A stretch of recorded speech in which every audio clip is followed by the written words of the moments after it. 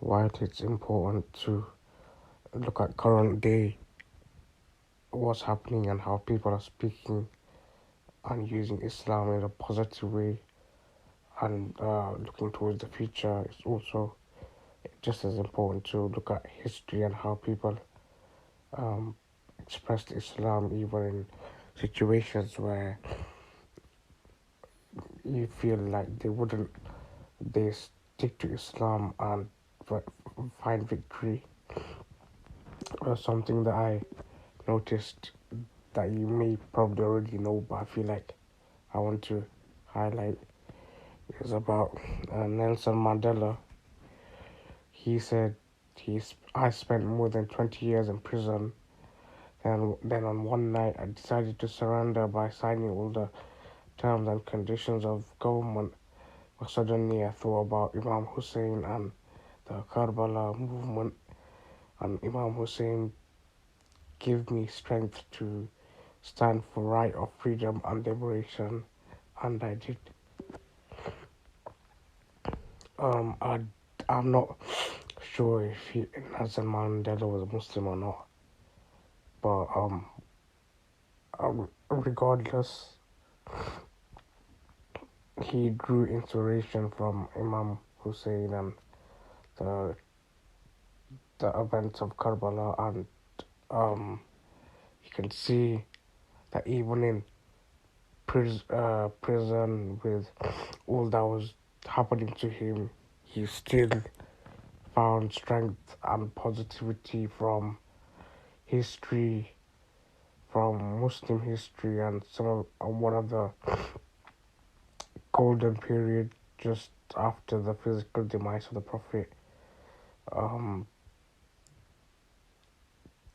in the next few years, or maybe even a decade or so, that's what allowed Islam to continue through the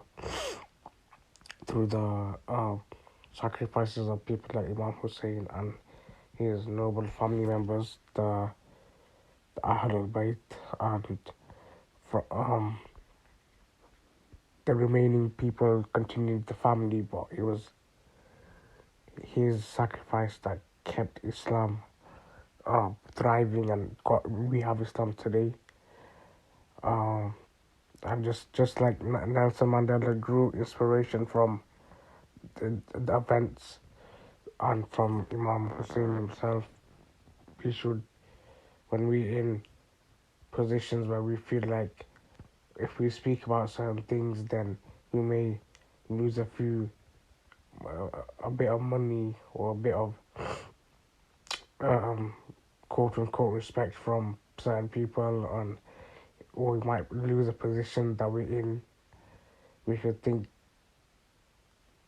about what Imam Hussein did, and ultimately he gave his life for the truth. And we don't even have to give our life. We just have to speak, but people don't want to speak because of money or losing a position or upsetting certain other people.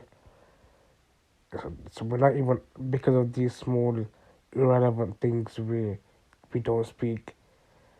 We're not even being asked to give our lives physically, yet we don't want to speak when we can, when we have an opportunity, when we're in a position which allows us to speak to more than the average person. And today with social media, where you can reach thousands, if not hundreds of thousands and millions, but you still remain quiet because you want to please your followers, you want to keep your brand deals. Do you think do you think people like Imam Hussein would, if they would have these same sort of principles?